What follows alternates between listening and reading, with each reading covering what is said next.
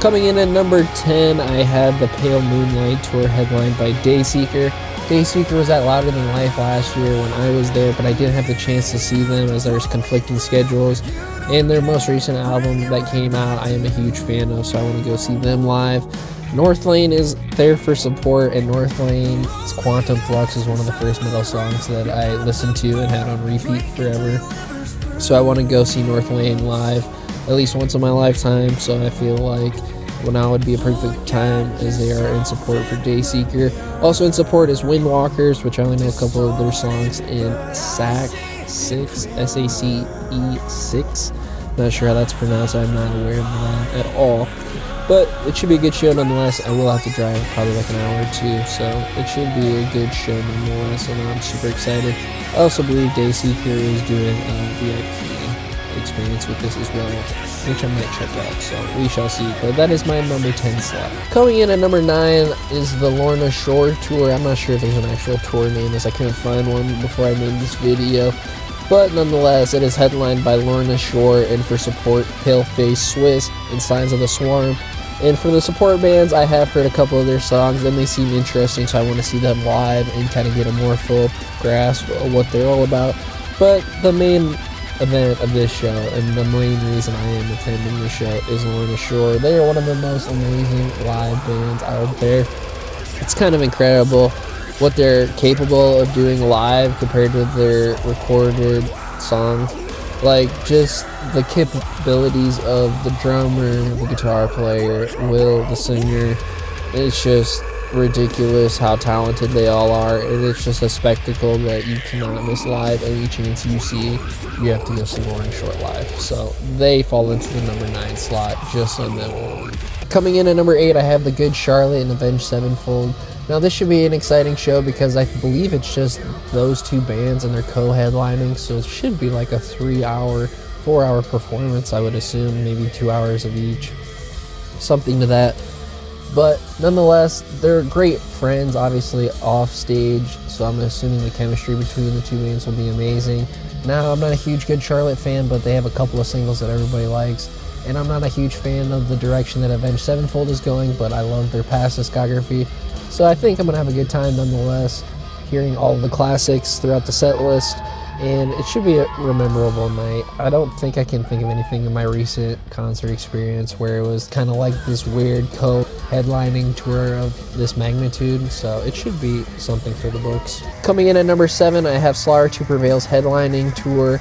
Now, I've been waiting for Slaughter to Prevail to have a headlining tour in the States, and I don't know if they have in the past, but it certainly hasn't been at a time where I could attend, so I'm super excited to go see this show. And obviously, for support, they have Whitechapel, who is one of my favorite deathcore bands of all time. I think Phil is one of the best vocalists of deathcore that has ever existed, and between him and Alex on the same bill is going to be an intense, crazy show that you're not going to want to miss. And also, they're having Attila there, which is kind of crazy. I didn't know Attila was still a thing. I recall Attila back when I was in school. Like, I wasn't a fan, I just remember them in general.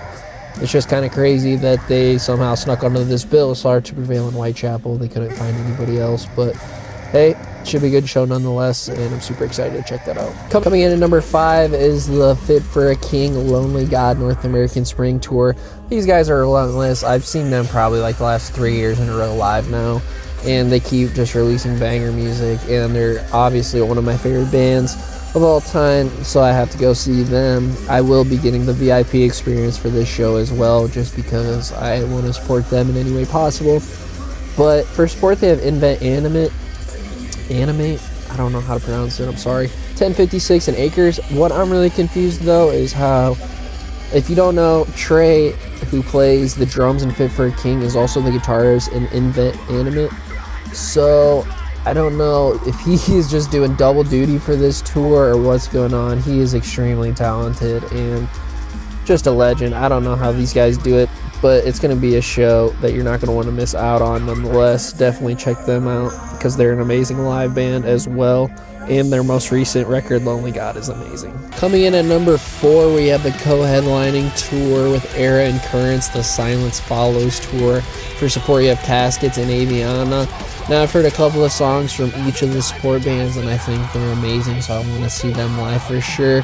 But let's be honest, everybody's here for Era and Currents. I haven't seen Era live yet, actually, and I was kind of late to the scene in discovering Era. Now, they're not one of my favorite bands of all time or anything, but they're definitely put some amazing music out there that I need to see live. But my main thing for this tour is Currents. Currents is one of my favorite bands of all time. I saw them on the last tour they were on with We Came As Romans, After the Burial, and Johnny Booth, and then I got the signed vinyl of their most recent record, which was amazing. Those guys are all great, and they put on an amazing live show, so I'm super excited to see their co-headlining tour. And I also got the VIP experience for this show as well, as it definitely seemed worth it. Overall, I'm super excited to see this show. Coming in at number 3 is the Mercia tour, headlined by Thornhill, and for support, you have 156 Silence, Fox Lake, and Via Nova. Now, all these bands have exploded over the last couple of years. Thornhill really blew up after they got to support Sleep Token on their recent tour. 156 Silence has been blowing up after their album People Watching. Fox Lake just put out an amazing album. I forget the name of it, I apologize. In Via Nova, I believe their most recent album is called Hit It, and a lot of success for all these bands coming out. Personally, I think Thornhill is the weakest on the bill, in my opinion. I think it should be 156 Silence, Fox Lake, Via Nova, then Thornhill. I think all these bands are going to blow up. Personally, 156 Silence is one of my favorites. Fox Lake has a couple of bangers that have just came out. I saw 156 Silence live before, as well as Fox Lake, but I have not seen Thornhill or Via Nova, so I'm really excited for this bill front to back. It should be an amazing time. I don't think there's any VIP package, but there might be, and I'm just not aware of it.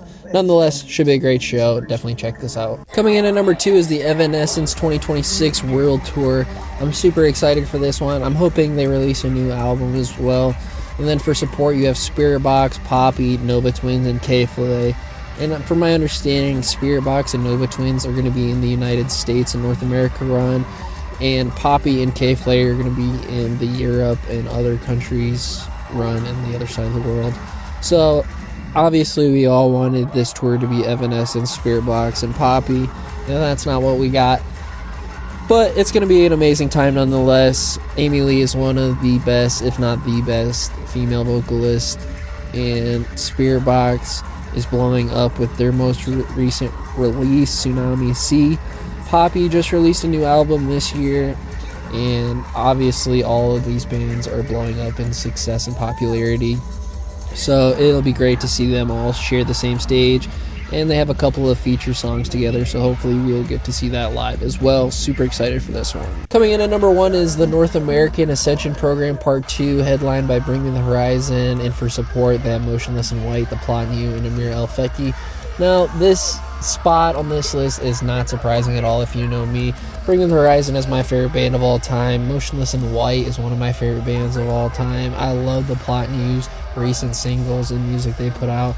I'm also a fan of Amira El Feki. I've seen her a couple of times as well. I've seen all of these bands live now. Bring Me the Horizon I've seen multiple times. Motionless in White is actually the band I've seen live the most amount of times in my life. So it's always a great time seeing them. The Plot New is just really impactful live performance, and I feel like Amira is going to be a more fun time. And honestly, there's not going to be a dull moment the entire time. I'm hoping Motionless in White's new album is out by this point. I hope The Plot New releases an album this year. I just think there's just so much potential, even though, regardless, it's not going to disappoint. I don't think anything will top this for me this year. Something could get announced, but it would be really hard to top this for me. I don't even think I could draw something up better in my head than this tour. This is probably a once-in-a-lifetime tour, so check it out if you are able. And it's probably like on my bucket list. I never thought I would see Bring Me the Horizon, Motionless in White be on the same tour. and for support you'd also get the Plot New. Like, I'm just really excited to go to this show. I'm pretty sure I'm gonna have to drive over like 5 hours, but I don't even care. I would drive 50 hours to go see this show. Super excited, and I cannot wait to see them live again. So that concludes my top 10 list for concerts I am planning on attending this year. Now, I was originally planning on making a top 10 tours of the year, but in reality there's just way too many concerts and tours to just keep track of all of them.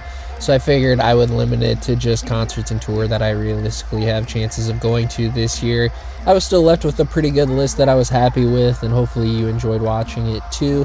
If you have any questions about anything, please let me know down below. And as always, I appreciate you for watching the video, and I'll see you in the next one.